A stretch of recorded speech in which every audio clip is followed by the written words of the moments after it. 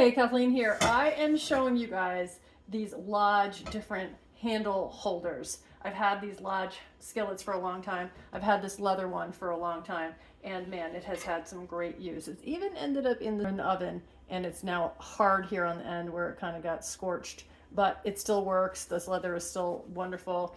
So yeah, I definitely use this when I'm picking up these pans. These pans are heavy. This one I usually grab like this. Now, this is all before I had the silicone. So now with the silicone, you can see here it fits both this size, which is the 10-inch, and then it even fits the 12, and then of course anything in between or smaller. So this is wonderful. This can, you're not supposed to put this in the oven, but it can withstand high heat. So I can just leave this on here even while cooking and just grab it like this. So I'm really, really, really pleased with these. I was always pleased with these as well, but I did feel like I had to kind of get the other end a different way, and the fact that I put it in the oven was not so great.